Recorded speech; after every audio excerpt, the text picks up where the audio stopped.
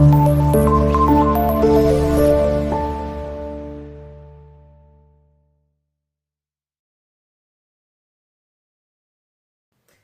bueno tenerte de nuevo en Opio en las Nubes. Hoy hagamos un poquitico de tarot electoral, de futurología, posiblemente de hacia dónde va Colombia en estos momentos en todo lo relacionado con lo electoral. Pero si retomamos un poquitico videos anteriores que he sacado aquí en mi canal, es importante mirar el reflejo de lo que yo pienso en ese sentido, y es también observar la ideología, que es en este caso fundamental. ¿Cómo surge entonces la ideología? Bueno, de la praxis. Realmente en un área de clases es donde se construye pues la praxis, y esa praxis se va convirtiendo posteriormente en la pragmática. Pero si miramos también un poquitico lo que es el contexto de lo que significa la palabra ideología, entonces tendríamos que decir que el logos es el estudio de las ideas, el estudio de cómo se construye un modelo de ideas que van a ser llevados a la praxis, y de la praxis a lo pragmático, a la práctica. Tradicionalmente la humanidad ha conocido dos modelos. Estamos hablando de un modelo usualmente de derecha o de derecha radical, o también pudiéramos hablar o de un liberalismo económico altamente avanzado, y también la ideología de la izquierda, el comunismo, el marxismo, las ideologías que en algún momento tuvo Mao, aun cuando ya eso casi no se ve. Y quiero trasladar eso a Colombia porque me parece que más allá de hablar o pensar en relación al concepto propio de quiénes van a ser las personas que en este momento pueden ofrecer las mejores apuestas, también es importante entender hacia qué modelos ideológicos nos dirigimos, o cuáles son los modelos ideológicos relevantes en este momento. ¿Quién no tiene ideología en este momento en Colombia? Lo que vemos es que la izquierda la están convocando a un frente amplio, profundo, dominado solo por un modelo ideológico, con diferentes vertientes y formas de llevar todo a la práctica. Ellos hoy en día son más que todo neomarxistas. Ya no hablamos únicamente de la dialéctica anterior de hace 100, 150 años. También podemos hablar de la teoría de la acción comunicativa de Jürgen Habermas, o de las teorías en lingüística y semiótica a las que tanto apegan ellos, o a la guerra cultural, tan compleja, tan difusa, tan difícil, y que en cierta medida le está causando tanto mal a las estructuras sociales contemporáneas. Vamos a decir que en la oposición colombiana actualmente se repite lo que yo vengo manifestando, o sea, la colcha del sastre. Hay muchos conceptos, hay muchos modelos, pero finalmente no vemos nada que sea concreto y absoluto relacionado con un modelo ideológico. Entonces esto nos vuelve a llevar una vez más a la que veíamos en otro video igualmente relacionado con lo que está pasando ahora mismo en Chile. Dentro de 2 meses van a votar la primera vuelta de las elecciones, y hay dos candidatos que dentro de lo que es la polarización deseable y necesaria, o sea, no puede existir un solo partido político como lo pretendió hacer Vladimir Lenin, como lo están haciendo hoy en día en Nicaragua, como también lo hacen en Venezuela o como lo hacen en Cuba. Es importante que la gente se polarice, es importante que la gente debata, es importante que la gente entienda hacia dónde van, pero no meramente manuales que exponen metodologías, técnicas, formas o maneras que están relacionadas pues con ideas no necesariamente económicas, sino con ingredientes que le van a aplicar.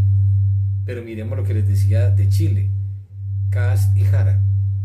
Kast en este momento va ganando las encuestas, Jara va en un segundo lugar, un poquitico ya distante del señor Kast, pero hay que entender que el señor Kast realmente es una derecha ya bastante radical, y que en Chile existe una derecha ultra radical, la de los libertarios, manejada por un hombre de aproximadamente 50 años, y una derecha moderada, vamos a decir que la habitual centro derecha, por una dama. Y entonces esta unión de personas muy seguramente en la segunda vuelta van a llevar al triunfo definitivo al señor Kast. pero hay un modelo, hay una estructura, hay una idea claramente definida de lo que es una ideología, independientemente que los quieran asociar con Vox de España o que los quieran asociar con movimientos ultrarradicales norteamericanos, el Tea Party o cualquiera de todos estos. Entonces, ¿qué es lo que vemos ahora en Colombia? 110 candidatos a la presidencia de este país, sea buscando firmas, sea buscando avales. Pero no vemos ideología, no vemos filosofía política, no vemos un modelo que pueda partir de la sociología política y que nos ayude a entender, a comprender o a asimilar que el país va a tener una dirección determinada. Querer copiar a Nayib Bukele no es más que un modelo de ejercer un poder a través de la fuerza por medio del cual un individuo, en este caso el señor Nayib Bukele, pues ha logrado llevar a la rendición a los Alba Maratrucha.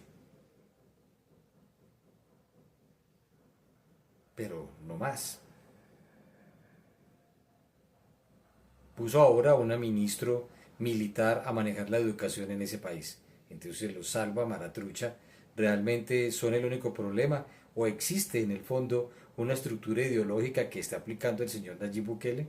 Pero ya estamos viendo que en Colombia algunas personas quieren copiar un modelo más o menos parecido a este. Entonces, ¿qué estamos viendo en este momento?